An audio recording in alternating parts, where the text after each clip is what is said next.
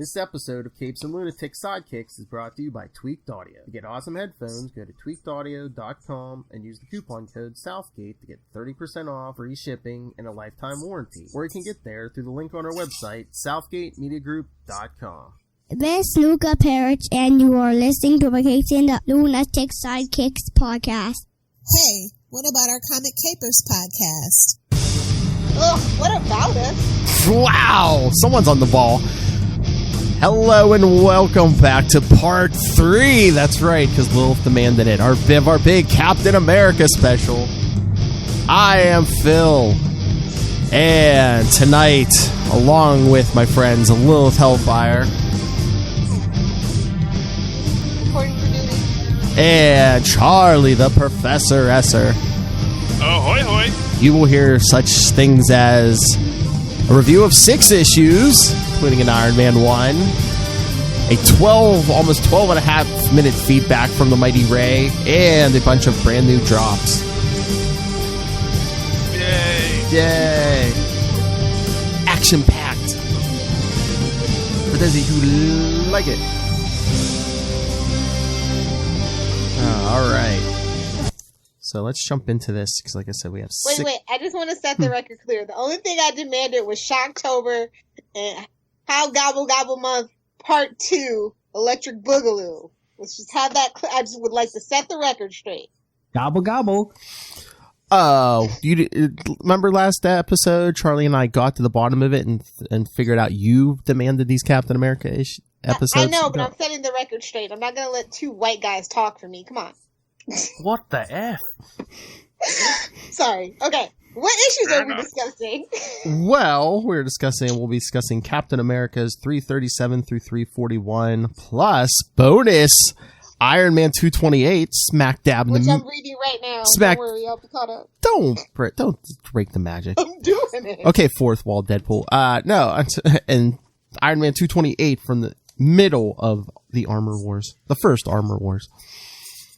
All right, so yes, we'll start with Captain America 337. Love the cover. I know, an homage to Avengers number 4. So yes, I thought that was an homage to Captain America 100. D-Man out here looking like Daredevil and Wolverine had a baby, but it's cool. We're not gonna talk about it. We're gonna keep it moving. Who says they didn't, Lilith? Hello. Hey man, yeah, that's right. In so many multiverses, it's happened somewhere. Go ahead, throw it in.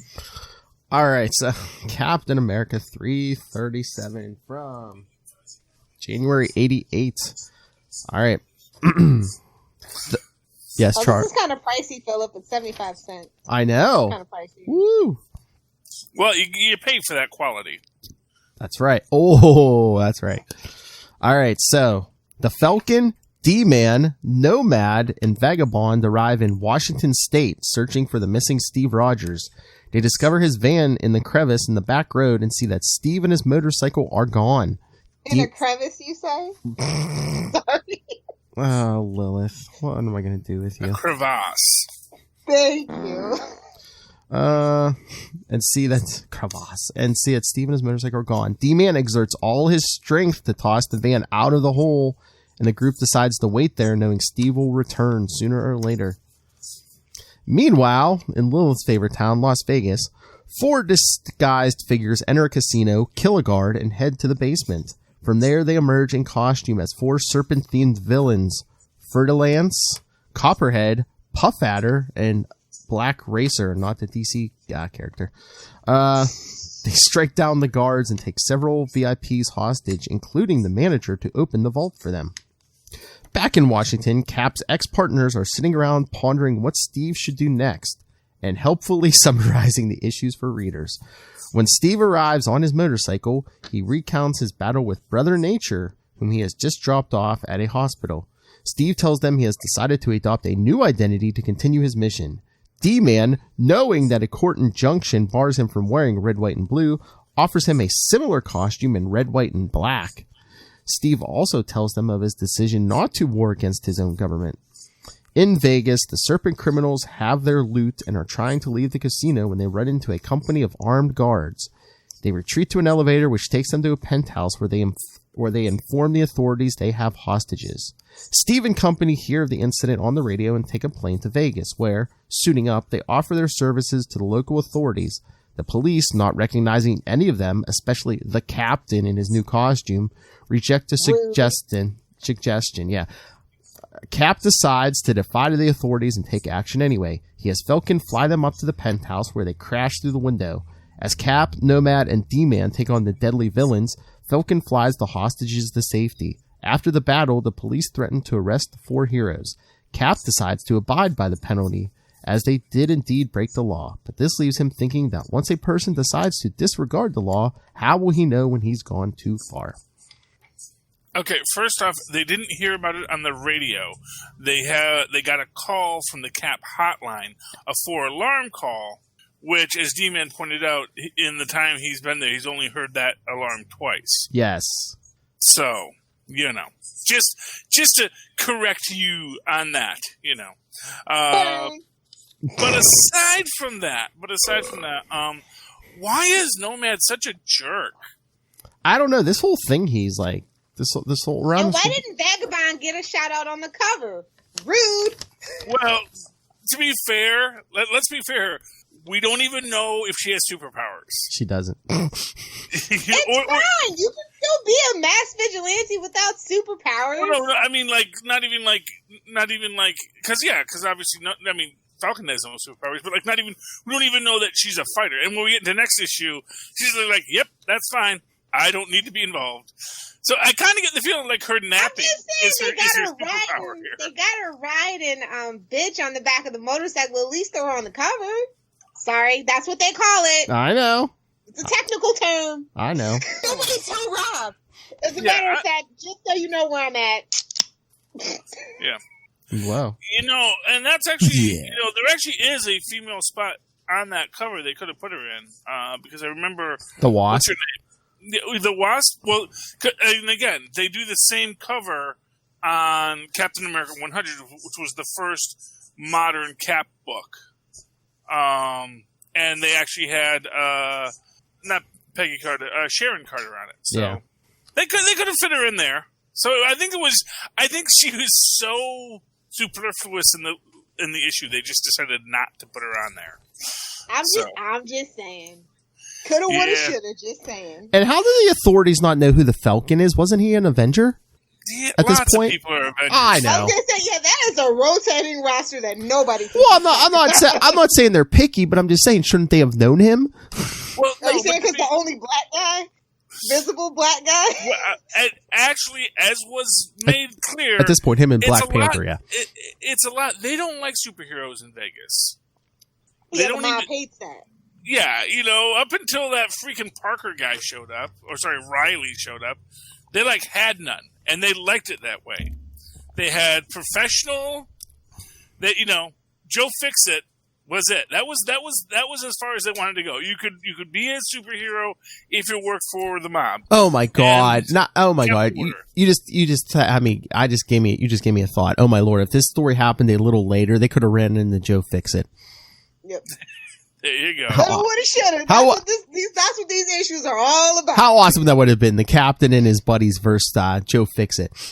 When you think about it, all those desert states, man, their only real experience with superheroes is when the Hulk shows up, and then all the superheroes show up to beat him up. Like in that Byrne issue, where all the both coasts of Avengers show up to beat on the Hulk.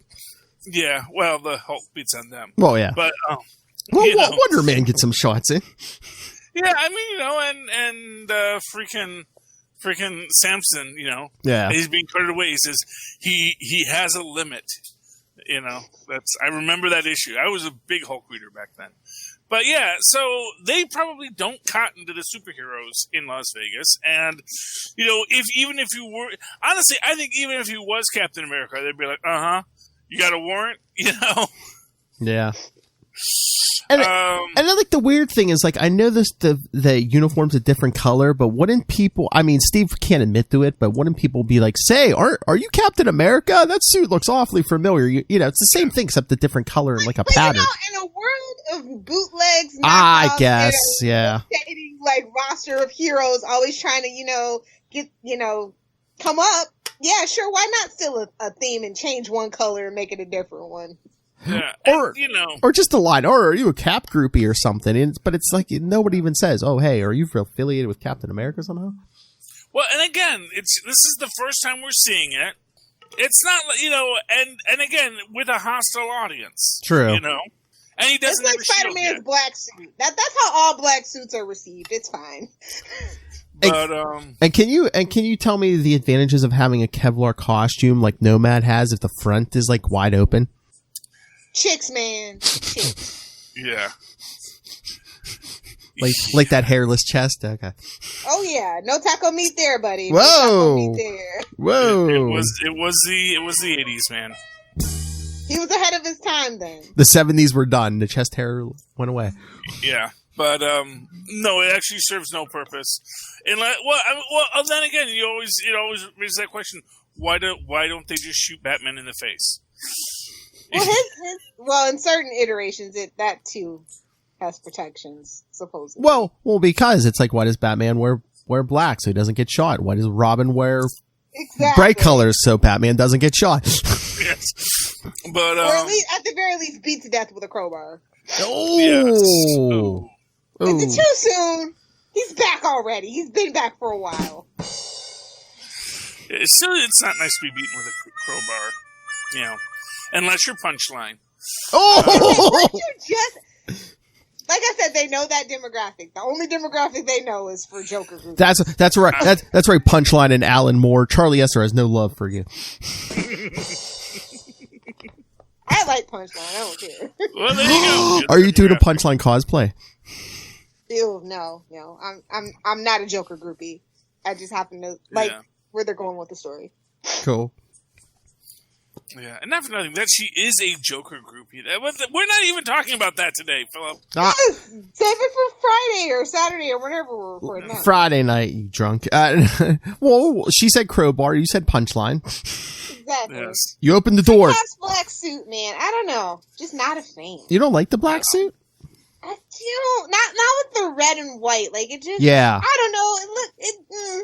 It looks very fascist or something. Like some just don't sit right. If they had made that smaller, something smaller on the chest, even just I don't know. Well, Maybe guess, like a red star or something. What I will say is, I think that's the kind of thing that gets context in, or that people could have seen the context then, but there is actually a great letters page. It's several issues later, where someone talks about the symbology that they get from Cap's costume, which is it's black because he's in mourning for the loss. That the star is cut out from around his heart because he feels like his heart's been cut out, and the star is now on his back because he's been stabbed in the back by his government. Oh yeah, there's some great... As you do, man. As you do. Or as the government does. There's some great letter pages, man. And I wish, I had more time to... And I wish... I gotta get a bigger device. Because reading on my phone, man, it's killing me. What happened to your Kindle? Well, I don't actually have a Kindle. Like, everyone else has a Kindle, but I don't have one because I have my phone. What do I need a Kindle for? Now I need a Kindle. You can read it better, old man. Yeah. My wife's got a big old Kindle, and it's like, I may steal her Kindle someday. I'm going to tell you, if you're going to read comics on a mobile device, I can't recommend a Kindle enough. So, because it does allow you to have the CBR format. So, like, if you're not necessarily on a native app or anything like that. The only problem with the Kindle is that Marvel Unlimited is not a native app. You can get it in the Play Store, though. Yeah, you have to download the Play Store, and then you can use the Play Store to get it. But it runs on Android anyway. It's just like two little simple things you got to do. Whoa, that's pretty damn big. Because I do have it on Ben's old Kindle, I think it is. I have it on there, so I can read it there. I just have to find which Kindle it's a great experience. That's all that I can say. Anyway, this podcast is not sponsored by Amazon or Kindle, but if they want to, Lord knows I put enough into that damn environment and atmosphere. And I love... Go ahead, throw it in. I love D-Man, speaking of throwing it in, D-Man tossing the truck out of the crevasse. Yes, I knew you were going to come back to the crevasse. And I love it because, first off, it is him just he just wants to be accepted by these guys. And he realizes almost immediately he has bit off way more than he can chew. But he does it, and he accomplishes it, He almost has a heart attack again, but he does it. Well, he always almost has a heart attack. I was like, that's his thing, right? That's his shtick now. Well, I guess his heart's damaged now after that whole strength augmentation thing. Exactly, that's what they said. And that is actually a real side effect of taking strength enhancements of steroids. Yeah, you can actually really mess up your heart with that, because guess what? The heart's a muscle. Yep. And it's kind of a very special muscle that has to be very finely tuned. And if it starts getting like oversized or overworked, it's not good for it. So, or in my case, 3 sizes too small. Yeah. Well, Actually, you know what?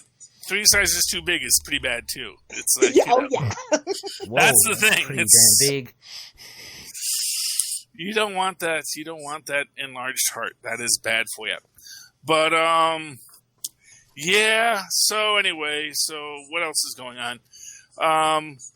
Snakes. First off, I always thought the snake was called a blue racer. Because we always called them blue racers in Michigan when I was a kid. Unless there are 2 kinds, a blue racer and a black racer? Or maybe it was just to fit the theme. I don't know, but she was wearing blue when we first see her, so... maybe she's colorblind. I don't know. That's why she's on the heist, to get an operation. But I'm just saying, like, because and that's the thing, is like, so, and maybe it's just a weird look. Yeah, there are black racer snakes, also known as the Eastern racer snake or a cobbler constrictor. There you go. Okay. Well, we called them blue racers when I was a kid, so that's all I knew. Because they have sort of a bluish belly. Yes. Nice mustache, Charlie. Oh, well, thank you. Thank you, Rob. I appreciate it. Rob finally got the drops in after Phil badgered him for like 6 months. I didn't even ask for that one. He just offered that up.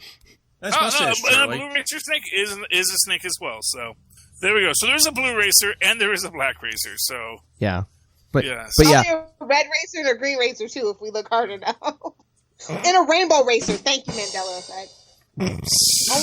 Only Reddit will get that joke. It's fine. And of course, probably what we called blue racers were probably just garter snakes, but And the problem I called garter snakes, they're probably called gardener snakes. I can never remember what we called them. Oh Lord, should we move on to the next one? Sure. Wait, I have to say that the best thing about this issue is the use of dynamic action. Like, I felt like a couple of times in this series that I've read so far, it's been a little static and not good. But this was very crisp and flowing, and I when I see it, I gotta call it out. They did a good job. Oh yeah, like when they come crashing through the window. Oh, that's my favorite panel, actually. Yeah, with Falcon holding them, and then the big crash. Cap like kicks through the window. Everywhere. Yeah. I gotta be honest with you, I'm never comfortable with Falcon carrying people like that with the way his suit works. Because the way his suit works, according to the official handbook to the Marvel Universe, is that they are glider wings with micro fans. It's not like an anti-gravity harness. It's not like the Vulture. There's actually like wings and things like that, and he shouldn't be able to like have them down and fly. He actually has to have his arms out like this the whole time. And so that doesn't make any sense for him to be doing that the way they have him doing it. Just according to how his wings are supposed to work. Well, not everybody reads the Marvel handbook, especially not the artist, apparently. If you want to take that up with somebody, take it up with... I'm just saying it's contemporaneous lore. So, that's the thing. It's like Tom Morgan, probably. Yeah, but that's the thing. I think he said he could only take one at a time up to the roof, and then he said, oh, well, since I'm just dropping down to the penthouse, I could take 2 of you down to from the roof to the penthouse. Okay, so I guess maybe that's it. But even then, it's So I guess they have to, if they're on his back, maybe he can take one at a time. Yeah, because he said I can take you one at a time up, but if we're just dropping from the roof to the penthouse, I could do 2. Okay, I guess I'll allow it, but I'm not happy. Watch yourself, Marvel. What did you say? All right. So should we get to the next one? Sure. We got to keep this flowing. So got a whole 12 extra minutes to do too. What? Got a whole extra 12 minutes to do too. I know. So says plus Master ads. What? 338. Moving on. Power struggle. Yes. And this one has what is, without a doubt, my favorite scene. This is one that starts with the dream sequence, right? No, it's Cap and Bucky at Professor Power's castle. Oh. Get it? Power struggle? Okay. Is that a dream sequence in this one? Maybe that's the next one. So, yeah. Oh, wait, this, is it you? Are you talking, does Steve Rogers have it? Yeah, Steve Rogers has a dream sequence. I don't think it's this one. Well, no, that's probably next issue then. I got it confused. Yeah. So this is, and then, again, I gotta say, this has got to be Bucky's first use of the shield. I think so, yeah. I don't think, and it doesn't get any mention, which is weird to me. It's like, oh, Bucky, and that's the thing, is like, in modern comics, they would actually have had a scene. You'd have a whole issue just talking about that shield. Well, yeah, and of course you'll get but this is kind of a weird thing. Like, they will do flashbacks in this book, I think, that look like, oh, that's a panel from that last comic. So, like, no, this is just a completely separate flashback. It just looks like this was a scene in another comic that, because it kind of like, it's almost like a cut scene from a comic. And when Battlestar gets his new name, and he's talking to that guy. I don't think that ever happened in a comic. No, right? It was like about kind of off panel, between issues. Yes. But apparently, they got gassed. Yeah. All right. Here, let me do this. Cap 338. The new Captain America and Bucky are battling Roman soldiers? No one cares. Oh, they are assaulting the castle stronghold of the villainous Professor Power. So all the good names were taken. The baddie has recently escaped from S.H.I.E.L.D. detention and traced to this one of his former hideouts. Cap and Bucky are assigned to bring him back. After defeating the guards, the heroes then enter the castle where they are confronted by mandroids who gas them into unconsciousness.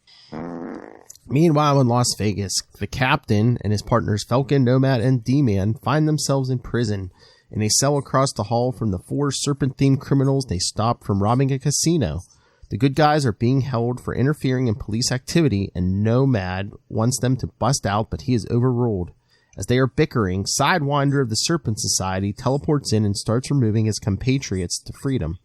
Cap has D-Man bend the bars and attempt to stop the escape. When Sidewinder returns for Fer-de-Lance, the last of the crooks, Cap leaps on him and the villain teleports away. Seeing he cannot shake the hero, Sidewinder returns to the cell and seizes Fer-de-Lance by the neck, threatening to kill her if Cap does not release him. Steve, unwilling to risk anyone's life but his own, relents and the villains vanish. The guards enter and the heroes attempt to explain, but the authorities are not buying it. As the mandroids approach the unconscious Cap and Bucky for the kill, the two heroes reveal they were faking and swing into action, taking out their metallic foes. They head upstairs where they discover a secret lab where scientists are attempting to revive the catatonic Professor Power. As they watch, they are seized by a giant who gives them a hard time. Pulling their wits, Cap and Bucky leap to the Colossus's shoulder and work together to squeeze off his windpipe, knocking him out. They pursue the fleeing villains who are boarding a small rocket to jet to safety. Cap hurls his shield and causes the craft to crash. He searches through the wreckage until he finds Professor Power, but the villain, now semi-lucid, lets off an energy blast that takes Cap by surprise. Cap flies into a rage and beats the villain to death. As Bucky catches up to him, he tries to console Cap that he did what he had to, but John Walker knows the real Captain America would have found a better way. Boo-hoo. It's like kill 'em all. Well, it's kind of nice to see both Caps being kind of introspective, even as, one of them gets red rage eyes, Yes. But, exactly. And I guess, one of my takeaways from this issue is, so he has a giant, and just some random, mentally challenged giant. No explanation. Is it genetically? It's I don't know. So I was trying to say he's in the genetic or the scientist in the genetic engineering. But it's just weird. I guess what is weird is that he seems like he's a guy. It's not like they made, we'll make a giant monster. No, they just made a big dumb dude. Yeah. But a giant big dumb dude. And like maybe, being a dumb dude was a side effect of being the big dude. Maybe he was a dumb dude and then they just made him big. But it just seems like it was just a weird choice to make here. Yeah. Oh, and just to reiterate my complaints about the previous issue and inconsistent use of superpowers, Sidewinder specifically says to Puff Adder he has to put his cape around him to teleport. Mm. And then Cap is outside of the cape and he's teleporting just fine. So it's like, dude, have some consistency here. Either Sidewinder could have just hung on, or, you have to have the cape around you to teleport, Unless it don't make sense. Unless it's not safe to teleport outside the cape. I don't.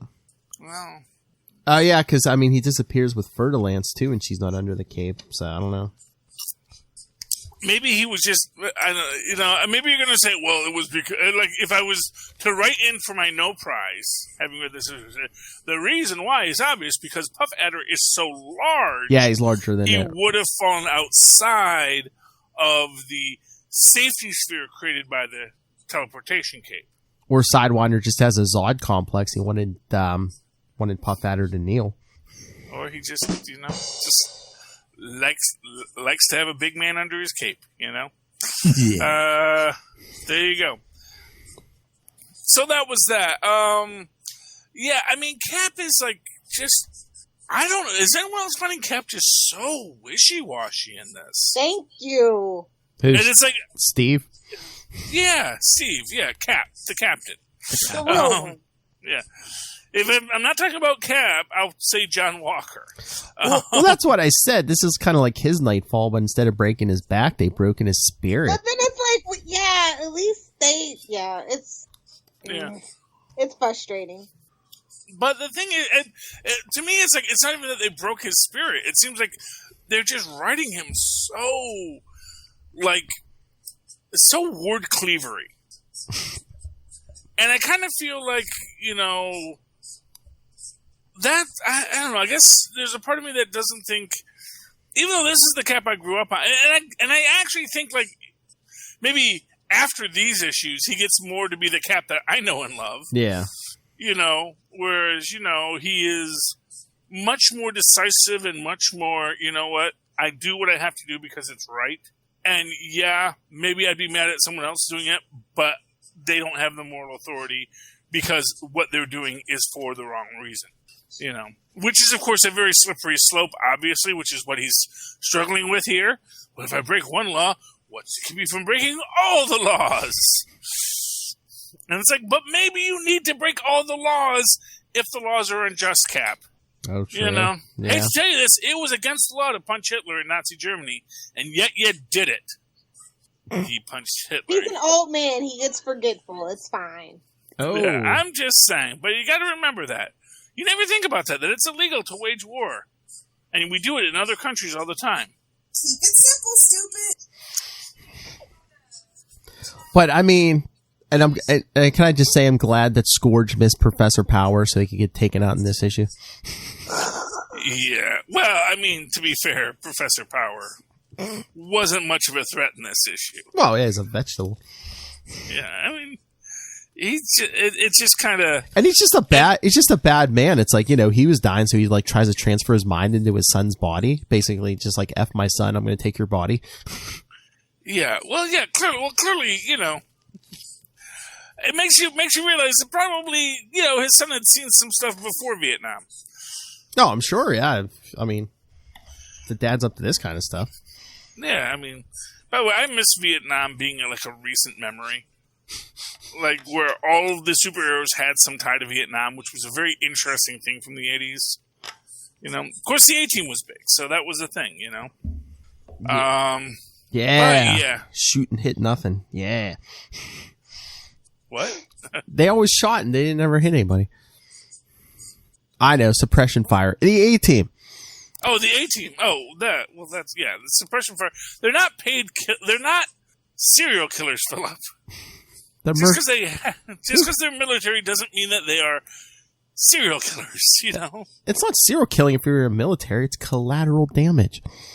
Yeah, except they weren't actually on a military operation, Philip. They were on. They were on a gun for hire. They would have killed people if they had to, but if they didn't have to, there was no reason to kill people. That's my In fact, sense, you will usually find killing people when you don't have to causes more trouble than it's worth. Oh, yeah.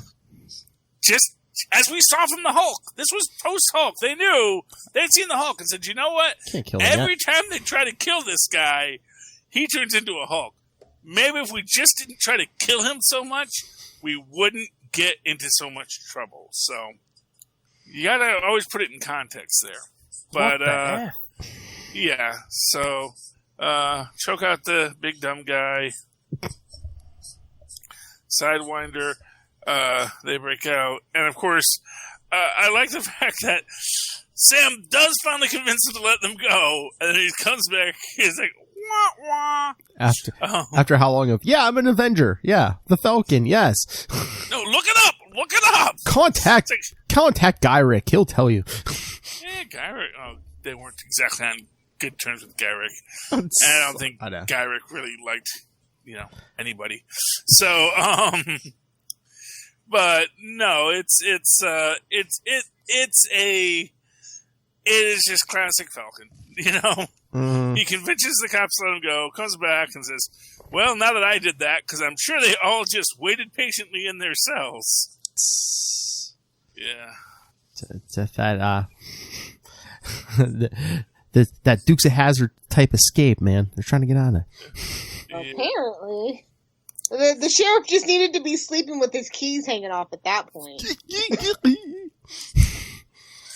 Well, that's how 99% of jailbreaks happen. Anyway, want to go to the next one? All right. Any final thoughts on 338, Lil? Nah, it's not the strongest story out of the batch. No, yeah, I know. Yeah. All right, so Captain America 339, a Fall of the Mutants tie-in. Yay! This was. Ooh, it just makes no sense in this context, but we'll talk about it. It's fine. Trying to sell some books. This is back when Apocalypse was like a new character. God. It's like forever ago. This is like literally ancient history, guys. I know, literally. I know. This was like shortly after we get it. A young Lilith Helfer first learned to read. She got her first Archie comic. This is like, it's a Reagan era, so it's like early 80s. This is, what? What year is it? Well, this issue. I learned to read when I was 2.5. Well, this issue is this says March 1988, so. This was 88. Right, about right. Yeah. I know, Lilith's a young lady, Yeah, this is when she devoured her first soul, yes. Exactly. So, No, I just found my first portal to hell, okay? She was probably reading Archie, which is where you find a portal to hell. And, but yeah, we have Famine here, our anorexic mutant, who gains the power to make all the food go away. All right, so. And this is what I'm sorry. Do your synopsis. Book report, yes. Book report time. All right. Right in the back. All right. As a reward for extra credit. As a reward for defeating Marvel Girl in X Factor 25, Apocalypse unleashes his horseman Famine on the American Midwest. Mounted on a stainless steel beast, she flies over farmland, sending blight on the crops and slaughtering animals and humans with her withering touch. Elsewhere, Steve Rogers, the original Captain America, is in the throes of a recurring nightmare. He dreams that he is in the chambers of the Commission on Superhuman Affairs, battling a giant bureaucrat. With a word, the villain causes Cap's shield to vanish, then strips him of his uniform, all the while denouncing him as a failure and an embarrassment to the ideals he claims to serve. Red tape springs from the giant's hands, tangling, then completely engulfing Steve.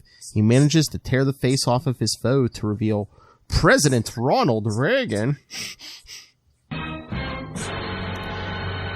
which is another mask hiding the face of Steve Rogers, his real enemy. The enemy's wearing Steve Rogers' face. That's interesting. Feels like it's been done before, but okay. Well, it's going to be done in like 2 episodes here. Yeah. At this, Steve awakens on the plane, which is taking him, Falcon, D-Mad, Nomad, and Vagabond back to Washington State to recover their vehicles. On the way, the hero reported the menace destroying farmland in Kansas and immediately plot a course for the Midwest. At Fort Meade, Maryland, the new Captain America and Bucky will face no repercussions for killing Professor Power. They run into Blob, Pyro, and Avalanche, who are gloating over reports that the X-Men are dead. Yeah, like that ever takes. Yay! The two heroes are summoned to a meeting with their boss, Adrian Samish, and assigned to battle the monster terrorizing the Midwest. Famine continues her deadly trek across the nation, even destroying 2 military helicopters dispatched to bring her down. Suddenly, the Falcon lands behind her on her mechanical steed and yanks her off, flying to the ground. But she manages to unleash her powers on him, filling him with hunger and causing him to waste away. An attack by Nomad and the Captain stops her attack on the winged hero.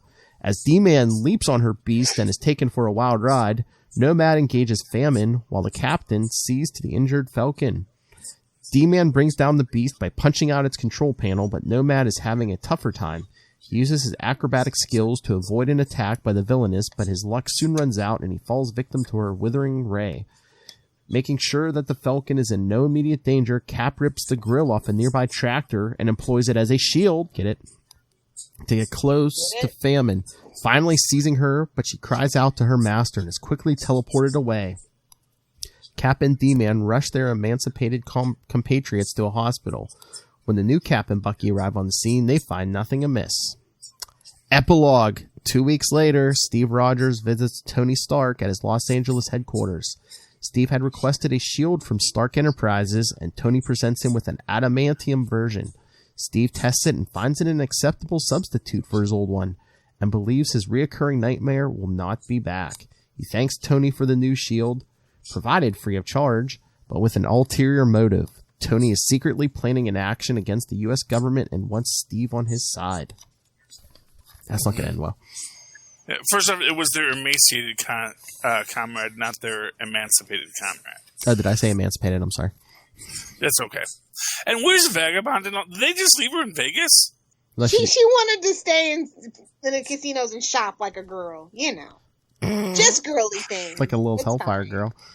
I mean, does she like... No, she's on the plane. She's on the plane. I see it. There's a panel. It looks like she's sleeping almost. Maybe she didn't want to parachute out. She just seems like she's sleeping a lot. Is it going to sleep in the van? Maybe she's pregnant. Who knows? Oh! If we see her throw up, we know what happened. Yeah. So first off, that dream sequence is awesome. Mm-hmm. Especially with its dramatic foreshadowing. Yes. Because when he pulls off the mask and sees Reagan, he says, well, who did you expect? The Red Skull? Eyebrows.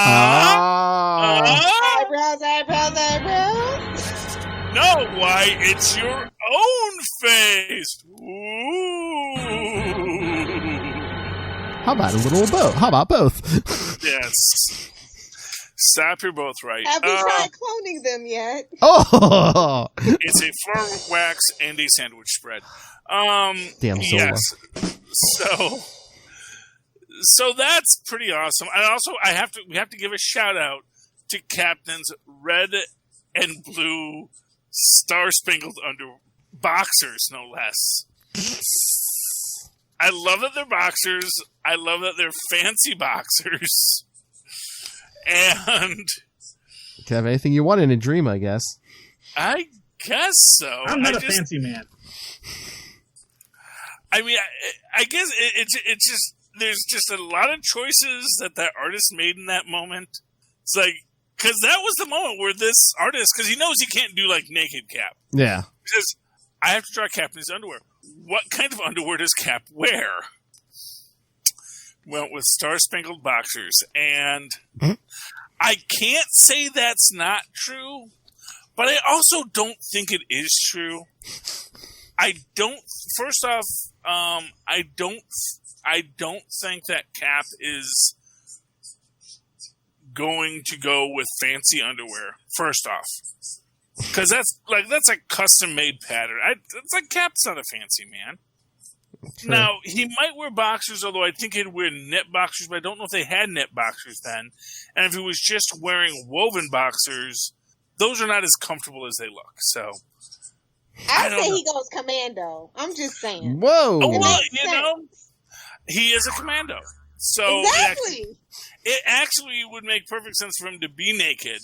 But that's Captain America. That's America's butt, guys. I'm just saying. It's America's ass. Yes. Well, I already dropped the B word, so I couldn't say that. Oh, okay. Well, anyway, but yeah, so, I mean, that's really the highlight of this issue is this dream sequence.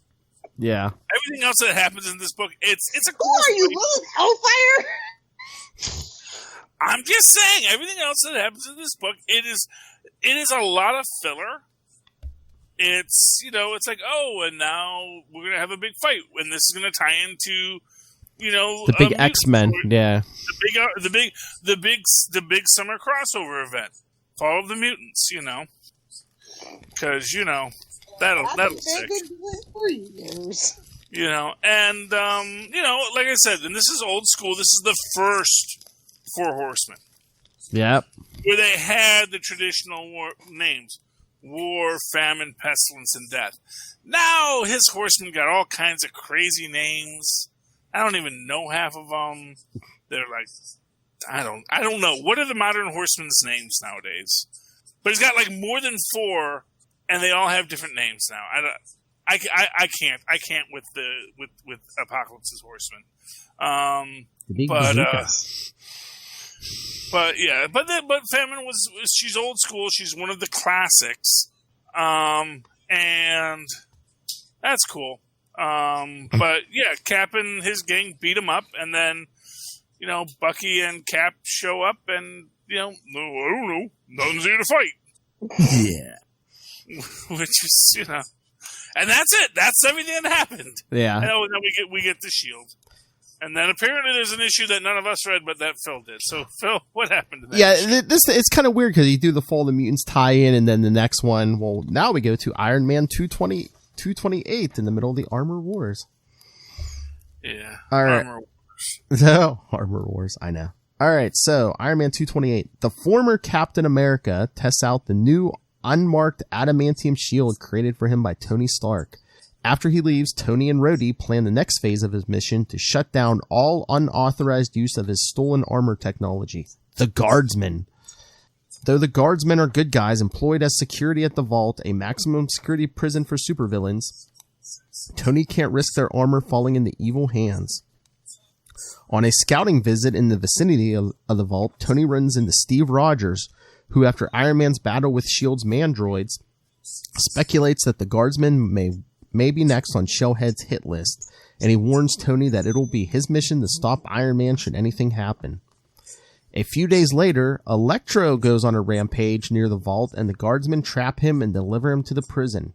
In his cell, Electro removes his disguise to reveal Rhodey, who escapes from the high-tech cell attuned to the real Electro's metabolism, and he makes his way to a control center and shuts off the defenses. Iron Man enters and releases sleep gas into the ventilation system to keep the non-armored personnel out of the way of the impending battle, while Rhodey shuts down spare suits of armor in the equipment room. And running into a bit of trouble from an isolated guardsman, Iron Man confronts the bulk of the armored guards. After a violent melee throughout the building, Shellhead is left facing the one remaining guardsman when the captain intervenes. As a servant of the United States, it is Steve's duty to protect government employees, including the guardsmen. When the last guardsman collapses from an exhausted air supply, the captain goes to his aid, removing his helmet. Iron Man seizes the opportunity to send an electrical current through Cap, paralyzing him. As he renders the guardsman's armor useless, his eyes meet Steve's, and they both know that their long friendship has been irreparably broken. Epilogue: investigation of the Vault reveals that 2 inmates have escaped, Mr. Hyde and Titania. Yay! Yeah, so apparently the whole Cap and Tony falling out, that predates Civil War, so that's good. Yeah, that's here. Yeah. Yeah. Whatever happened to the Vault? I mean, okay, is it still there? Yeah, well, it gets called out every so often. It actually gets called out more in the MCU now. So the Vault, they have several of them. Because don't have the big house though. That's the only downside. Yeah, because I always thought it was a good idea. It's like in Colorado, in the middle of nowhere. Because now it seems like most of the time you always only hear about the Raft, which is like right off New York Harbor. So it's like, oh yeah, that's a good idea. Who started that? Spend this. Yeah. But, yes. So, I love that we get Titania in this. Yes. And I love Titania. She's awesome. Weird seeing her hang out it's weird seeing her be there without Absorbing Man. Because, honestly, when it comes to supervillain love, that's the relationship you want. Titania and Absorbing Man. Those two, first off, they're equals. They respect each other for what they bring to the relationship. There is no coercion on either person's part because, it's not it's a very strong and healthy relationship among sociopaths. So if you want a sociopath to model your relationship after, you could do a lot worse than Titania and Absorbing Man. Yeah. She was probably arrested and he wasn't. Because I'm trying to remember where he was maybe at. Well, I know he was stuck in a different dimension where time moved differently. Because remember Lilith, when he shows up in Acts of Vengeance in the Hulk, he's like, yeah, I was stuck in this weird dimension for a while. And then... yeah. So we do get Vagabond in this one. Yes. Like what? Like was she a diversity hire? Like she's not doing anything. I don't know what's going on. Well, it's she's like Nomad's girlfriend who he picked up along the way, and like supposedly she's like in the beginning of learning how to like combat training and stuff. But she's done jack all. Well, well in the next issue in 340 she does do a little more. No, I know, but it's not good enough. I know. I'm not here for the superhero groupie tag along. I'm just not here for it. I don't appreciate it. I'm here for Peter. And Dick. Don't forget Dick. Yeah. I know. Well, you get all three of our heroes on the motorcycles, so that's cool. Cruising down the highway. Yep. That's the vibe they were going for. Yeah, it is what it is. It's also, one thing I do like about this is that they do have all the prisoners in prison jumpsuits. Yes. Instead of just having all of their costumes and equipment just waiting for them. It's like just seeing Mr. Hyde and it's like, oh, he's just a big dude. It's like, he's not like, oh, I have my green cloak and I am. It's like, no, I'm actually just a big dude. I'm actually just that guy from Twin Peaks. That's cool. And yeah, I think Titania is actually stronger than D-Man. So yeah, we have Vibro in this, which I do like. Well, yeah, I was gonna say, I want me to do the synopsis for 340 since it's kind of. Oh, we didn't. No, I did the Iron Man issue. Yeah, no, this will. Oh, the Iron Man issue. I'm sorry. See, that's why I'm all confused. That was the bad hairdos. That's all I could see. Every single panel. Oh my god! Bad hairdo. It's like, oh, my Jerry curl dried out. Apparently, I don't. What are you talking about, Tony Stark? Oh yeah. The permed mullet. Yeah. Ugh. I was like, did Osborn do your hair? What is going on here? So distracting. I was like, if you guys want to talk about that book, you guys can feel free. I mean, there wasn't much. I told you I read it really quick. I'm just like, what is this? Well, the synopsis I did was pretty much it. Yeah, I mean, Tony builds Rhodey like a suit that mimics Elektra's powers. They lock him in the vault. Just coincidentally in a cell that, if the real Electro tried to leave it, he'd get knocked unconscious, but normal people can walk right through this energy field. Faraday cage? I don't know.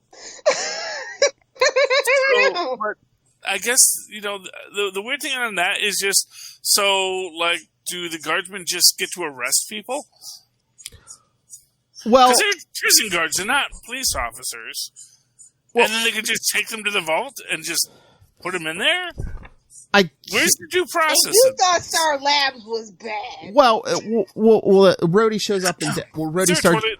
Well, Rhodey just starts blasting stuff in downtown Denver, and they're like, oh, we were told that Electro had already been captured in New York, and they were going to transfer him, like, you know, later in the week. They're like, oh, I guess since we're here. It was Denver, so there was no superheroes around, so Yeah, I guess if the guardsmen can capture him.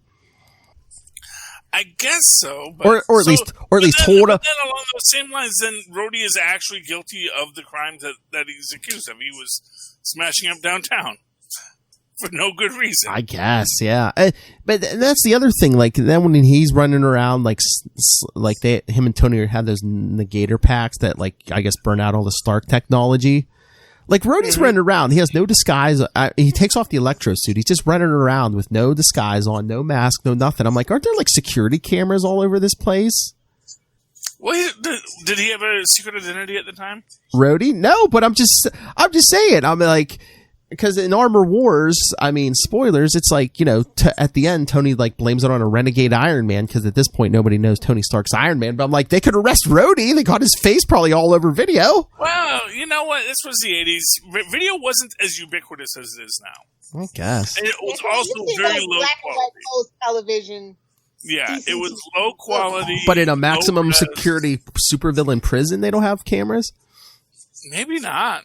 Clearly not, I guess, is the answer. I was going to say, clearly not. Or it's just the fact that, you know. Well, I mean, you know what? That's Tony. Let him go. I was going to say. So don't mess with him. I don't think they mentioned it, but unless Tony just, like, knocked out the video or something. Yeah, something. Anyway. Yeah, all right. So. But here, I'll do the summary of 340 so we can talk Titania and Mr. Hyde. All right, so... Iron Man, on a crusade to shut down all unauthorized use of his armor designs, has targeted the guardsmen, the high-tech warders at the Vault, the prison for supervillains. Steve Rogers, now the captain, has learned of his plans and engages him in battle within the facility. Now the armored Revenger has shut off the ventilation system. When the last guardsman... we see, like, the end of the Iron Man issue. When the last guardsman collapsed from an exhausted air supply, the captain goes to his aid, removes his helmet. Iron Man seizes the opportunity to send an electrical current through Cap, paralyzing him. Yes. So the whole thing, you know, their relationship is broken, blah, blah, blah. Cap recovers quickly, but by then his friend turned foe is long gone. Steve also takes the opportunity to flee, and as he climbs down the steep cliff away from the prison, he is picked up by his partner, the Falcon, and lowered to safety. They return to Cap's van to find a squabble going on between Nomad and D-Man, as the former is jealous of the latter's attentions to his girlfriend, Vagabond. Cap calms them down and announces they are heading to LA to return the new shield to Tony Stark. On that confusing note, we return to the Vault as the power shutdown has freed several dangerous convicts. Mr. Hyde overpowers some guards and links up with Titania. The Armadillo wants to join them, but she wants nothing to do with the slow and clumsy baddie. Elsewhere in the building... I know. Elsewhere in the building, Vibro uses his shockwave powers to tear a hole in the wall to free himself and the Griffin. As they are driving away, Cap and company hear the explosion and decide to return to the prison to investigate. Leaving Vagabond to watch the van, of course, Cap, Nomad, and D-Man mount motorcycles while Falcon takes to the air. The winged hero is the first to encounter enemies as he spies Vibro emerging from the escape tunnel he created. And then Griffin swoops at him to do battle. Meanwhile, Titania and Hyde steal a truck and take off down the highway. An armadillo lumbers out and away past the guards. The baddie... Okay, you got my attention. You said armadillo. Oh, yes, one of your loyal subjects. The baddie's truck runs D-Man and Nomad off the narrow mountain road as Cap leaps onto the hood. Cap attacks Hyde through the windshield as Titania jumps for safety, almost off the cliff. D-Man stops to help her and is flung into the distance by the super-strong villainess. Nomad, also perched precariously on the cliffside, spots Vibro below him and tries to knock him out with a disc. Vibro responds with a power jolt and shakes himself off the cliff. Meanwhile, the airborne D-Man is rescued by Falcon, who carries him back to punch out the formidable Griffin. Back at the van, Armadillo approaches the unwitting Vagabond. Hyde's truck goes off the road and he and Cap leap to safety. There, Cap, remembering Hyde's brutal beating of Jarvis in Avengers 274, flies into a cold rage and mercilessly delivers punishing blow after blow to the huge brute and sends him over the edge of the cliff. Regretting his commitment to protect life, Cap rescues his foe. A scared D-man hiding from the fleeing Titania. Oh wait, a scared D-man hides from the fleeing Titania. But what of the armadillo? Vagabond talked him into giving up. Vagabond was secretly Lilith Hellfire. There you go. She talked the armadillo down. No wonder she sleeps so much. Glug glug. So, what do we think? Charlie Esser. Hi, Titania. So one item I do want to bring up in this is, if I recall again, and I'd have to double check from my Handbook to Marvel Universe's G issue, I believe that the guards and armors were like licensed properties from Tony Stark. And I get the feeling like even the ones that he like gave, like he sold, he was now like mad about. I mean, yeah, that's what I thought. But in the Armor Wars, he says, I guess Spy Master stole his designs and sold them to Justin Hammer or something, and Hammer was just handing them out willy nilly. Yeah, I guess so. But yeah, so that's good. I mean, there's some good action in this. The Cap and Hyde fight is actually pretty exciting. Oh yeah, just hitting him with that shield. Yeah, well, you know, and yeah, and D-Man like afraid of Titania because of how much stronger than she is. It's a little disappointing, you know. Yeah, but then again, maybe that's D-Man's just a little out of his element, you know. Yeah, because he's used to guys like who have like the same strength as him. Because he's like, yeah, last time I tested, I pressed 15 tons, and Titania throws him over the cliff. Well, I pressed 85. Yeah, well, she's a Hulk level villain. Yeah, literally, she is the She-Hulk villain, you know, and that's a Doom tech. Doom tech. Actually, I think it was Alien Tech. I think it was Doom commandeering Alien Tech. Yeah, because he did it on Battle World. Doom, yeah, he's not as smart as everyone thinks. He got a lot of alien tech. Yeah, because he did it on Battle World. Yeah. Well, no, actually, it was the Ovoids. That was the first time he runs into the aliens. Oh yeah, but I'm just saying, Titania, he created her during Secret Wars. Yeah. So yeah, there's just a lot of it's fun, but Doom made some great super heroine or super villains there, and but again, also a character who is so tangentially associated with being a supervillain, and it's in her own way. Mm-hmm. It's kind of weird seeing her paired up with Absorbing Man because he is sometimes so straight up sociopathic. Though that does go into my own fan theory about him, that he just absorbs the personalities of who he's around. Mm-hmm. So he gets nicer around Titania because she's actually nicer. You know? She's a supervillain because she's strong and she can break stuff and take stuff and no one can tell her no. But aside from that, it's not like she's trying to take over the world or really trying to do anything. She's not trying to do, she wants money to buy nice things.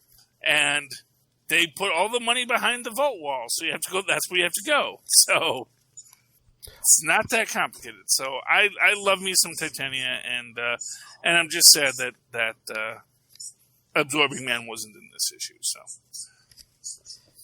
Lilith, we can only fit so much. Okay. This issue was a little boring. I'm sorry. Okay. I like the villain, but it's just I don't know. It was I don't know. They were trying to paint by the numbers, but I guess they were colorblind. Well, that's what I was saying. They kind of did the whole Captain story and it big injustice, because last issue was that Fall of the Mutants tie-in, and then this was basically just a big epilogue to the Iron Man issue.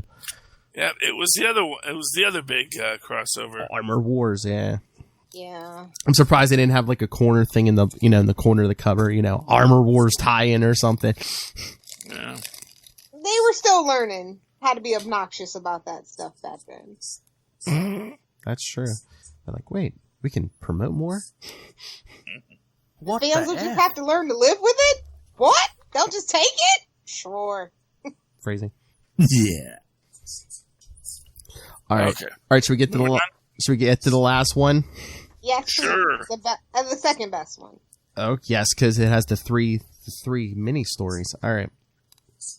So, Cap 341, the first story. Late one evening, Tony Stark returns to his Pacific mansion accompanied by the attractive Dawn Lovett and finds Steve Rogers, the former Captain America, waiting for him. After hastening the departure of an angry Miss Lovett, Tony tries to apologize for their clash at the vault last week. A bitter Steve returns the shield Tony made for him by hurling it at Tony's gut. Then Steve reveals that Iron Man's interference at the high-security prison led to the escape of several convicts, and that he intends to arrest Tony for his actions. Tony hurls the shield back and dashes into the next room to emerge as Iron Man. Cap, not intimidated by the sight of the Silver Centurion, because it was the red and silver armor, attacks. Iron Man easily breaks his hold while protesting that he had valid reasons for what he did. Cap will not listen to his ally, Cap will not listen, so his ally gives him a mild blast of his high-density beam to paralyze him. Tony gives his word that once his mission is accomplished, he will return and explain everything to Steve, then jets off. Steve decides to forego any further action, giving Tony a chance to keep his word. All right, should we discuss this before we get to the next story? See, that's the next story. See, Tony's able to blast Steve because he's like, oh, once I get back that shield, I'm not going to use it against him, morals, Yeah, I mean, yeah, so... Got a big, nice piece of adamantium there, and you're not going to use it because you're like, oh, morally, I gave it back. I can't use it against him. Can't use his bribe against him. He's just kind of... don't even... Everybody's bad at their job at this point. It's fine. What the heck? Like, that doesn't even make sense, honestly. Yeah. Maybe it was the detoxing. I don't know. Yeah. It is what it is, That plain little shield. Wait till next issue. Yeah, exactly. Yeah. I think it's funny when Cap puts Iron Man in a headlock, because, like, what are you locking? It's, this version of Iron Man doesn't even have a neck. This is like an old school necklace armor. No. Which I always assumed that was the flaw in the armor that made you go mad, was it had the neck. Yeah. Because, you can't have that. It gets into your carotid artery and feeds magnetism into your brain. Seriously, you're right. No one knows how magnets work. Seriously, you're right. What's he think he's gonna do? Chokehold him and make him pass out? I mean, he's in full armor. Everybody's bad at their job in this particular one. It's just like, okay, incompetence is the theme. I'm not digging it. Yeah. I guess they just wanted a quick thing where it's like, yeah, Steve said he was going to bring Tony in, so here's the reason why he's not going to pursue that further. Okay. Yeah, I know. Yeah. Anyway, so free speech. I guess you have three synopses for this. Yeah, issue? Yeah, they're small, but was this like an annual or something? No, it's just a regular issue. Yeah. They were bored with telling the story they were telling, so they're like, let's spice it up and give them a couple of stories. Come on, that Walker thing, you have to spice Cap in what he's doing, so obviously that guy's not as interesting as they thought. They wanted to get everybody into this issue, I guess. Go ahead, throw it in. Yeah.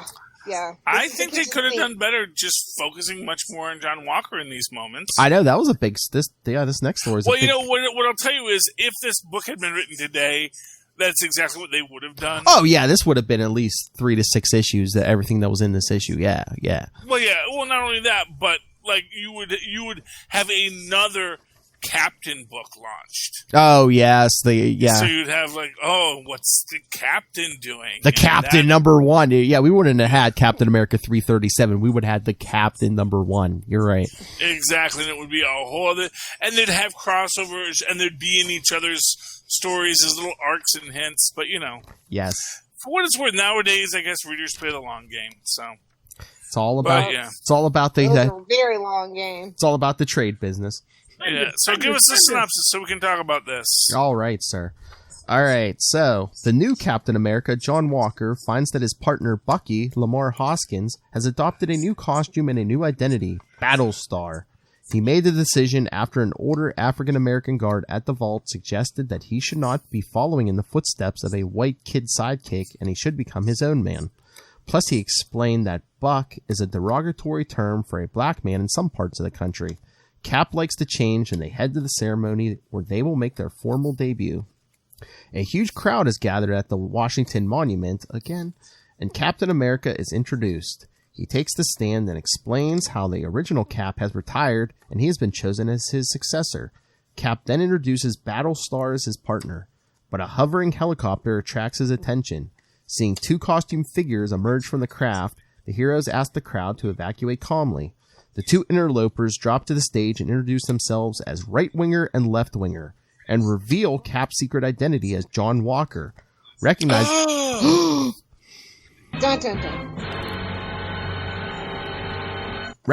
them as their old partners, Jerome Johnson and Hector Lennox, Cap and Battlestar attack, and the two new villains, bitter and having been betrayed by Walker and Hoskins, fight furiously. Cap tries to explain that it was the government who rejected them after a background check, but the two wingers will not listen. The Secret Service arrives to arrest the two, but they have achieved their goal of upstaging the new Captain America at his big debut.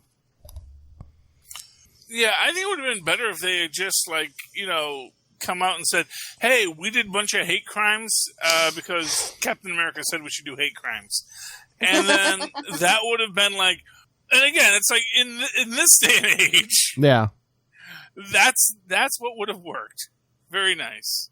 I don't know if that would work these days, but well, no, you get canceled for hate crimes nowadays. Even perceived. People just pile on before they know the whole story, so, Yeah, and these were actual hate crimes. It's a double-edged sword there. These are actual hate crimes that John Walker committed. Or, I mean, they could have just popped out of the... duh, y'all know where he's from. Well, they could have... Y'all seen it. Well, they could have popped out of They could have popped out of the copter, too, and said, ask him to see his taxes. I don't know if John Walker pays taxes, but anyway, yeah. Now, that smarmy manager he had, I doubt it. Ah, exactly. Seriously. Well, the smarmy manager never gave him enough money, so he didn't have to pay taxes. To report taxes. And you're smart. If I gave you all this money, then you'd have to pay taxes. You don't want to have to pay taxes, do you? Oh, thanks. Johnny? Thanks, Mr. Thurm. No, sir, gumption, sir. What did you say? So, yeah. I mean, it's kind of cool that right wing and left wing got completely redesigned, brand new costumes. And this again is those little hints that there's someone manipulating things. Oh, It's just like, how does Captain America know exactly where all the watchdog hangouts are, so he can be seen smashing them up and. It's almost as if every failure of Captain America was orchestrated in some Machiavellian scheme. I haven't read that far yet, so I don't know. Oh. Anyway, so yeah. All right. So, any thoughts on this story, Lilith, before we get to the last one? No. They're slightly getting better every story, at least. Yeah. Well, you know what I love about the next one? Wait. Give us our synopsis. Okay, yes, we have the synopsis. Okay, and hey, Ray, when you listen to this is the point when you're on Messenger, the Scarlet Spider Messenger, just bragging the Kona that you've sent the longest feedback in. So, yes, we're recording this. Lilith, I said to him, I said, oh, did you say in your feedback? 'Cause I didn't listen to it yet. I said, did you say in your feedback, hey, Kona, I got the biggest one at 12.5. And he's like, no, I should have. Oh. Get it? 12.5? All right. Yeah. Charlie's like, how dare you? All right. Last story. In our midst. At a meeting of the Serpent Society, leader Sidewinder welcomes 4 new recruits from he rescued from the Las Vegas jail: Fer-de-Lance, Puff Adder, Black Racer, and Copperhead. He explains that the society is a trade union for criminals and offers them probationary membership. Diamondback shows Fer-de-Lance to her room, and once she is gone, the new villainess activates a signal beacon which summons her real leader, Viper, to the room. Viper enters the apartment of Black Mamba, Sidewinder's paramour, and zaps her with a ray gun. Donning Mamba's French maid outfit, she's able to enter Sidewinder's bedroom and bite the distracted mastermind on the neck, filling him with her venom. He pulls away and grabs his teleportation cloak and vanishes, and I do believe he gets under it. He appears in Diamondback's room, appealing to her for help. She administers anti-venom just as Puff Adder bursts through the door looking for them. Sidewinder manages to teleport them both to the communications room where he passes out. Checking the monitors, Diamond discovers that the house has been invaded by enemies, and there is only one person to turn to for help. She dials Captain America's hotline. Dun, dun, dun. So, first off, let me just say, I am really loving to see that the Alfred Pennyworth of the Marvel Universe is actually the supervillain known as Sidewinder. I think that is awesome, that he's finally living up to his potential. He's no longer ironing rich man's underwear. People are ironing his underwear now, and I appreciate that. Batman. I think it's a little odd that he doesn't notice that his girlfriend now has green hair, but you know. He's looking at paperwork. He's looking at billing paperwork. Come on. But yeah, I mean, you know, not all women look alike, and especially when they have green hair. Well, I don't think he was looking. Didn't she come up behind him? I don't think he was looking at her. Well, yeah, I mean, but then why put on the costume? Well, you know, he wanted to drop that paperwork eventually, but it's just... Love my Diamondback in this. Yes. Love my Diamond. And I love also that she gets out of costume. And it's just like, oh, let's relax at the end of the day. We'll do our workout, put on our workout togs. And yoga. I like that. I like when they show, just like in the last issue where they show, oh yeah, we don't just live in our costumes. You know, when we're in prison, we got to wear a jumpsuit. You know? And it's, you know, this ain't a Gotham City jail where there's no toilets, but they let you keep all your equipment. This is a world where we get out of our element. And it's neat also because that means that, you know, Diamondback helps him, and she's also completely without costume or uniform, which is kind of neat in its own way. Now, I know that she and, what's his name? The guy with no legs eventually leave. Because Viper winds up challenging Sidewinder for leadership of the Serpent Society. I believe the guy Bushmaster. I was going to say one of the many Bushmasters in the Marvel Universe, yes. Yeah. Which is weird, because every time people would say Bushmaster in Moon Knight, I would just think, you mean that snake guy? Well, no, that's Bushman. Oh, Bushman. Oh, yeah. Okay. But that's my mistake. But I believe there's another Bushmaster. Isn't that the guy Luke Cage fought? Well, there's actually a Cottonmouth in there. Okay. And there's a Cottonmouth in the Serpent Society. And, no, Diamondback is who Luke Cage fought. Oh, yes. And there is a Diamondback in the Serpent Society as well. So, you know, you got to maintain those copyrights, Philip. You got to maintain those copyrights. I mean, Kill Bill, they all call themselves snakes. There were half of them, didn't they? Yeah. So anyway, but yeah, I mean, it's a neat. That I think is a good backstory that we get here. I mean, I mean, I guess the whole thing is these were all kind of for what action you have. They're very talky stories, and they're really just kind of setting you up where we're at. And I get the feeling it's maybe just this idea. Okay, we just had two things where we had to sort of tie ourselves into the big Marvel events of the summer. So let's try to get everyone back onto the same page so they remember that we actually have our own stories we're telling too here, Jim. You know, love what you're doing, but we got stories that we're trying to tell as well. So maybe that's why we got 3 stories. Maybe they were playing catch up because they had to do the crossovers the previous 2 issues. I imagine so. But see, like you said, you can have a lot of talky and still have action. Mm-hmm. You know, some of you people could learn from that. Bendis. Well, you know, and I think in Mr. Bendis' defense, I think he just thinks, you know what? Would people always be punching each other? Yes. It's expected. I was gonna say, it's like a little Hellfire relationship. Yeah, of course. Oh, okay. Well, I don't think anyone gets punched in Little Hellfire's relationships. Only if you ask nicely. Well, yes. There's two hits. There's two hits. She hits the man and he hits the floor. Yes, exactly. That's how it would end. Don't mess with Lilith. Lilith, any thoughts on the snakes? Yeah, it was a little confusing because I was thinking the same thing. Like, okay, if you say so, but I don't know. It was a little fun to me. It was fun. Yes. Is this like I don't know? I feel like this was a story that's supposed to be kind of like tongue in cheek. Don't take it too seriously.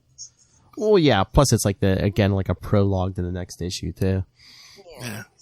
And they're all dressed as snakes, except they're not actually. I just couldn't stop thinking of that Rick and Morty episode, and just snake jazz. Yeah. I was going to say, they're not on a plane. They're not dressed as snakes, they're snake themed. Code names, I know. Yes. It's like somebody was just obsessed with snake jazz. It makes sense to me. But it's just weird. What I love about it is that they are all independent supervillains. Oh yeah, they were. These aren't like the henchmen of a snake themed thing. It's like Sidewinder said, you know what? There are lots of snake themed supervillains. And you know what? I bet you if all the snake themed supervillains got together, we could make something great. We could make organized crime great again. And that's what they did. And I got to give up mad props to the Serpent Society for that. You gotta have a hook, man. You gotta have a hook. We could spread hysteria. And here's another thing I'll say about the Serpent Society. Unlike a lot of these guys, they're not really ideological. And that's why I think Viper is like bad for them. This is like a really interesting parallel to some modern things where it's like, you can have a party that you can have people that are maybe doing things that are bad, but aren't necessarily doing it for a bad. Like they're not trying to make everyone's life bad. They just want to steal stuff. They just want a paycheck. Exactly. They don't want to. They don't want to kill people in mass. They just want to steal stuff. And then the Viper gets in there and it's like, no, we're gonna kill people in mass. Like, the whole purpose of what we're doing is just to kill. Yeah. And, that's bad, man. Viper is bad. And they should never have let Viper run the Serpent Society. I think that, Sidewinder, he's an old man, and maybe he's out of touch with the kids. But the fact of the matter is, he was a professional, and he knew how to run a criminal organization. Exactly. That's all I'm saying. Exactly. All right. So, any other thoughts before we get to Ray's big long one? No, go ahead. All right. Next Roll episode. that beautiful bean footage. A Viper in our midst. All right. So, Bum. Oh. all right. So, if anyone needs to drink or go to the bathroom, go ahead. Because, like I said, literally like 12 and a half minutes of Ray from Into the Night, a Moon Knight podcast. All right, Ray, whip it up. Hey everyone, Phil here. Before we get to that feedback we were talking about, when we originally recorded, unfortunately my the electricity blinked out for about 2 seconds when, we were in the middle of Ray's feedback.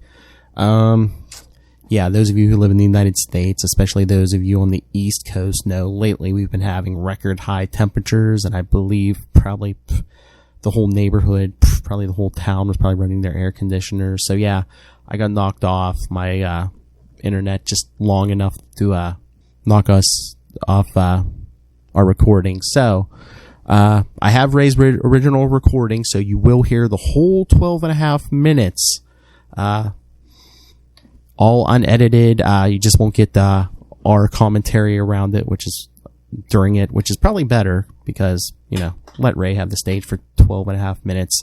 Then you'll hear Charlie and I come back and do the plugs for the show and all of us. So, sorry about that, but really you haven't lost anything except just our little snide comments during Ray's feedback. So, without further ado, take it away, Ray. Hello, Phil, Lilith, and Charlie. How are you guys going? This is Ray. I'm dropping in some thoughts again for a big bunch of comics It's what was it? It was 337 to 341 plus Iron Man 228. Just off the bat, I'm really enjoying this. I'm liking the dual kind of storylines being told with John Walker and Lamar as the official Captain America, and Steve Rogers and his gang. He's kind of got his own little team happening there with his sidekicks, Nomad, D-Man, and Falcon, and Vagabond as well, who's come along with Nomad. So I guess the just broadly going through all of them in order. So I've got this open on Marvel Unlimited. The first one, 337, was great. I loved the action with the Serpent villains, who I was assuming was part of the Serpent Society, but we see later on that they're kind of not officially, but they want to buy in, so to speak. Anyway, just a lot of really fun action there. Good to see Steve Rogers and his gang in action. So that was pretty cool. Nothing really, I guess, much of note other than I just love the pacing of it.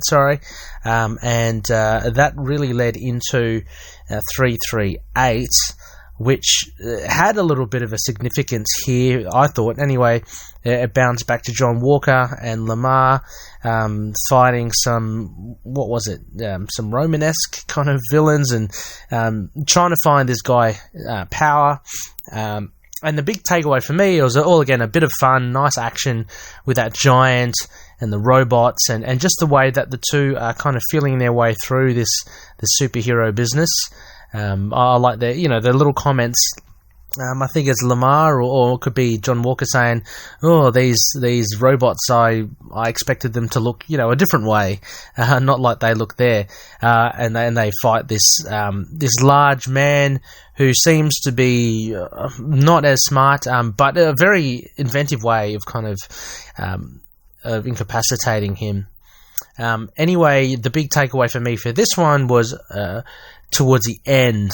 As you probably all well know, John Walker, he kind of goes a bit too far, I thought, and it did get quite gruesome as PG comics kind of go. He really got mad and just frustrated, and the guy was like half a vegetable anyway. But anyway, he basically bludgeons and beats him to death, so it's just pretty dark, and it certainly has the effect that Grunwald wants, that we as a reader see John Walker as not really the direct replacement for Captain America yet. Although he's trying hard, but there's something just in his nature. He's just not quite there. There's even those comments of him not being able to get the shield to ricochet back to him. So that sort of stuff. So we know he's not quite there. He's quite formidable. But there's some comfort in knowing that Cap can't be replicated as easily. So the next one, we get a bit of a Fall of the Mutants tie-in, 338. I enjoyed this famine villain, and for me, the takeaway here, apart from the great action again, there was a lot of action. Famine's quite a formidable foe. She takes out Falcon and Nomad quite easily. But what I really liked here was that Steve Rogers and his gang kind of beats John Walker and Lamar to the punch, and so so we get this great action, but we know that they're coming as well. So I'm just kind of briefly looking through this. It opens up Cap's. Steve Rogers is kind of tormented at what's been happening. I like the little dream sequence at the beginning, but I enjoyed the action all round. As well. I kind of like it, and we'll see a bit later on, D-Man just playing on the fact that he's inexperienced and he's not really as seasoned as Falcon and Nomad. Nomad being a bit of a dick all the time. And also, the big takeaway here again, so Steve Rogers meeting up with Tony Stark and getting the shield. So now he's kind of his captain persona is now complete. I just also want to point out it's really fun because I have been reading Thor around this time as well. So looking at about Thor 390 to Thor 400, around this time is this captain period, and I love reading it because it does reference it. The captain does meet up with Thor along with Black Knight and the Submariner and Miss Marvel, Captain Marvel, and all that. And anyway, Thor and Cap have this really deep and meaningful conversation about the breakdown of the relationship between Steve and Tony. So I loved how that kind of fit in here. Going on, so 340. So somewhere in between here as well, there is Iron Man 228, and I loved how this fleshed out. So thank you, Phil, for adding this in here, because we do get Tony's side of it. So the big thing here is we see what we see in Civil War, like in the MCU. It's in the comics of Captain America, or the Captain going up against Iron Man. And we get a bit more of it. I loved getting this side of Tony's story. So we see, is it Armor Wars or Stark Wars? It's one of those ones where he's trying to reclaim his technology, and it kind of directly goes up against Cap. In this instance, it's going to the vault and him trying to, I guess, incapacitate the guardsman armor, which I think is cool. I love the guardsman armor. They should use more of it. I'd love to see it in the MCU. I've always loved it because they're kind of like a generic, like lower grade Iron Man, aren't they? And they've been deployed out to employees to contain these villains. I think it's great. Anyway, Iron Man 228 for me was absolutely brilliant. I loved it. So much fun, and there's so much kind of heart in it, especially when Iron Man does beat Cap and kind of paralyzes him, I guess. And they kind of lock eyes just for that instance while Cap is paralyzed. For me, that was a great moment. And even though, you know, I knew of this arc and this story, and had watched the MCU, reading this really gave me chills as well. Incidentally, also, I wanted to point out with the Thor that I'm reading, in that run, I think it's 390 or 391, Cap picks up the hammer. And again, I got chills as well. I did not expect it, but it's such a great moment in Marvel history. Anyway, so moving on to 340 and 341, just wrapping this up because I know I'm going on a bit, but the breakout, so Tony's actions has caused this breakout, a shutdown in the vault, and the likes of Mr. Hyde and Titania and all that get out, the Griffin. Again, some really cool action here. I love the D-Man, I guess insecurity, the big moment for me when he gets flung off the mountain by Titania, and I loved it. He's like, I can press 15 tons, and she goes, well, I can press 85 last I checked. And so she's way more power than him, and she just like flicks him away like a flea. But again, the teamwork, I love the teamwork with Falcon coming in, and then without skipping a beat, the D-Man then clocks the Griffin as he's being held by the ankles by the Falcon. Really fun stuff. Armadillo as well, I've got to shout it out. Lilith, Armadillo's what's happening here. It's good to see that the Armadillo here is reasonable, as Vagabond shows. She gets to talk to him. Phil knows my connection with Armadillos, being that Captain America issue with the Armadillo on the cover was the very first comic I think that I came across. Anyway, that was great. And finally, 341.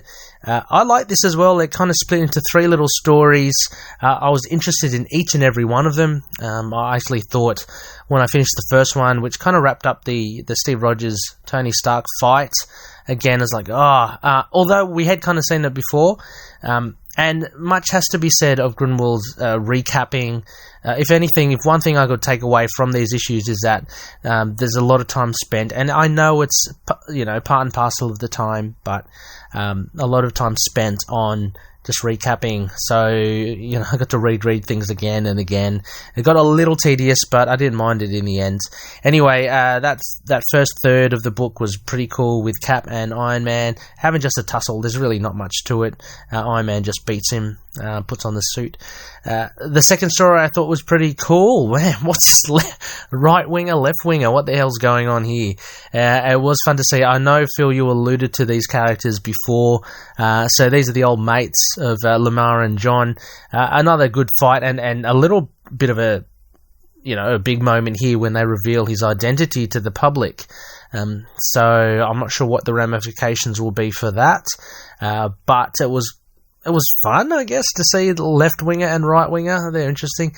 Anyway, lastly, the Serpent Society, which I mentioned at the start. I actually found this very intriguing. I want to see what happens in Snake War. So there's a bit of like a civil snake war happening. So we see the snake people from 337 when they were in Vegas. They're apparently trying to join this Serpent Society, but they've got ulterior motives. And Viper comes out. And yeah, so I'm actually feeling for. You kind of get a peek behind the curtain for these villains. They look very ordinary. Like even I can't remember the leader's name. Is it? It's not. I can't remember. It's not Sidewinder, is it? When he looked like Jarvis for me. But anyway, yeah, I like this kind of little war with Viper and her underlings of was it Black Racer, or is it? And that for Delance and who was it? Puff Adder, and then there was one other. I can't really remember off the top of my head, but they seem to be following Viper, who wants to take over the Serpent Society. So I'm actually rooting for Sidewinder. I'm hoping he and Diamondback. I love that thing at the end where she calls Cap. Is that the start where they begin their romance, or had that already happened? Anyway, really enjoying it, guys.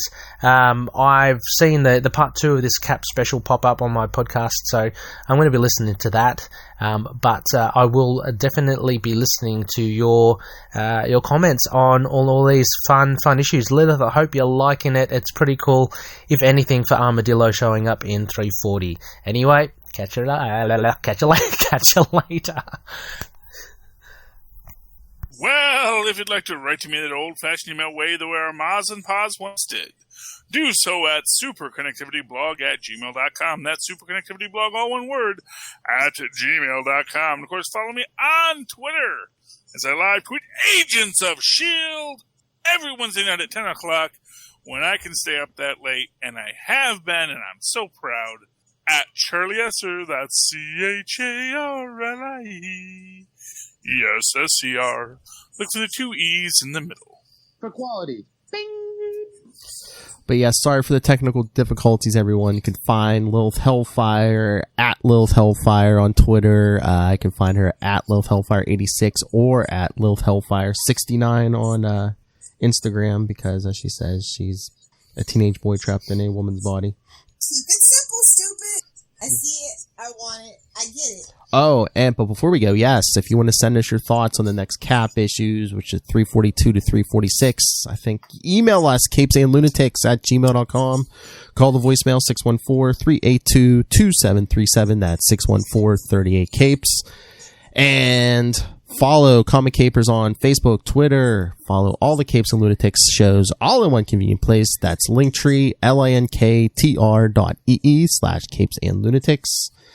And remember to support our sponsors, Tweaked Audio, Hunt a Killer, Pod Life the Book, Volume 1, now in digital and paperback. And when you go to buy all of that and more on Amazon, use the link for Southgate Media Group. Help us support this show, the network, and Rob Master Doom Southgate. Make it rain. So says Master Doom. That's right. New drops. All right, everyone. Again, sorry for the technical difficulties. I think all the air conditioners knocked out the power for like 2 seconds. Because, well, the power was only out for 2 seconds. The router had to reboot. Fair enough. Because it's very high temperatures. Record-breaking temperatures around here lately. Yes. Humidity. All right, so yes. So please join us next time. For more Comic Capers. Be like Ray. Join us next time. I wanted to do something dramatic. I know.